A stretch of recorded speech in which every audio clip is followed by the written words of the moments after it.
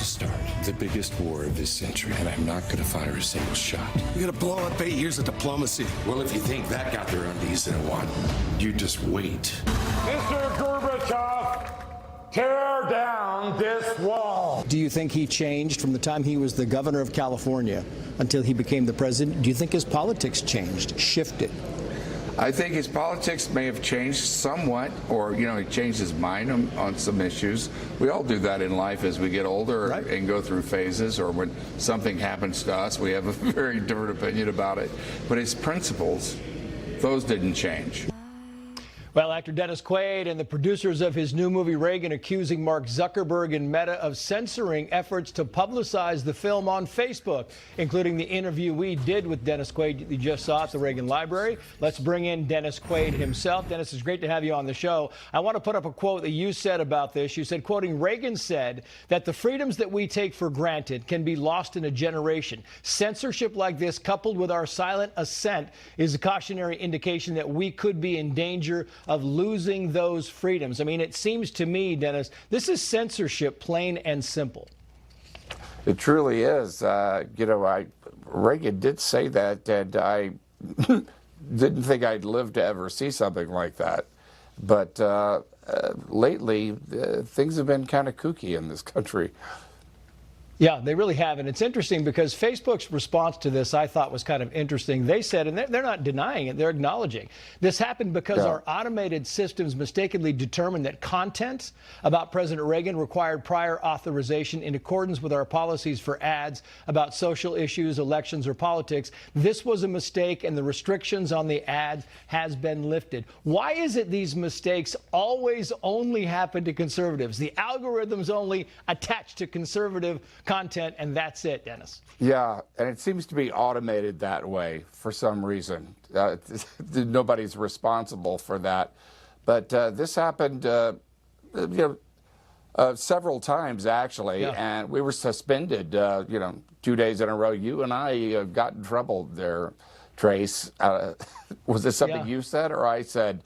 I mean, looking at our interview, and the last time I heard Reagan, he hasn't been on the ballot in 40 years, and not only that, he's not even eligible to run because he served 2 terms, and we have term limits. Totally disqualified. It was something you said, Dennis, but listen, that's aside. Here's the thing. The content of this thing is that this happens on a regular basis. It's happened to, this isn't the first thing. You go back in the production of this movie and the advertising in this movie, it's happened before. So does it make you angry, or are you just baffled? Well, I am baffled by it, to tell you the truth, because it was banned, and they haven't even seen the film. So it seems like they don't want other people to see the film either, I guess. Yeah. But, we'll set up a screening for them anytime, and you can see for themselves. Yeah, the movie is about America in the 80s and Ronald Reagan, his life, and it's about fighting communism. Yeah, I want to get some analysis from criminal defense attorney Vic Bajaj, if I can, very quickly here, Dennis, because Vic is very good at all this stuff. Vic, it just seems to me like there are never any consequences for these types of actions that Facebook takes. They go, oh, yeah, algorithms. Well, everything is okay, Trace and Dennis, until it's not. And what it takes is a deep pocketbook and a real willingness to shelve out that enormous amount of effort, money, and social attacks in order to right those wrongs. Thankfully, some people are in that position, but most people aren't. So we have to think about those small independent films that portray the truth, that never see the light of day, but at least this excellent film that's touted to be extraordinarily accurate will see the light of day. But the answer to your question is yes, there's recourse, but that means hiring civil lawyers. And while that's good for the civil lawyers, that's not good for the ticking time bomb of time passing by while the effects of censorship live on. It's to me, Dennis, you know, you look at this for a guy like you, yeah, you can ring the horns. You get a lot of weight. You can bring some issues like this to the forefront. There's a lot of people getting censored on Facebook right now that have absolutely no way to fight this. It's like fighting City Hall. You've got a production team. You've got a movie. You've got this. Do you worry that this is going on? It's more prevalent than we know about. Yeah, I really think it is. And I fear it seems like tech oligarchs, who are sitting at the top telling us what we should hear and what we should see. And, that doesn't go over well in America, never has. And I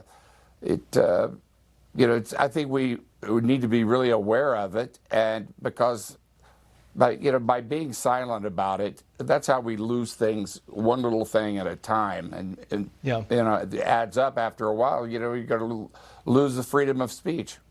Yeah. Lastly, Vic Bajaj, I mean, we've been the Twitter files. We've seen a lot of this stuff. It happens, and people should be aware that it happens a lot, and sometimes it's not to a big movie star.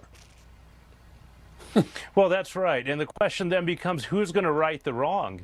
It takes an administration that controls the communication outlets and publications throughout the United States to say, you know what, that's a constitutional violation, which then dovetails into who the chief and the head honcho is. Who's the president? Because if the president is all for censorship, everyone in the cabinet and the administration will toe the line. And hopefully in the future we have a change in that perspective. Wouldn't happen in Ronald Reagan's time. He would make sure that. The movie is Reagan. It opens theaters nationwide on August 30th. It's going to be great. Dennis Quaid, Vic Bajaj. Gentlemen, thank you so much.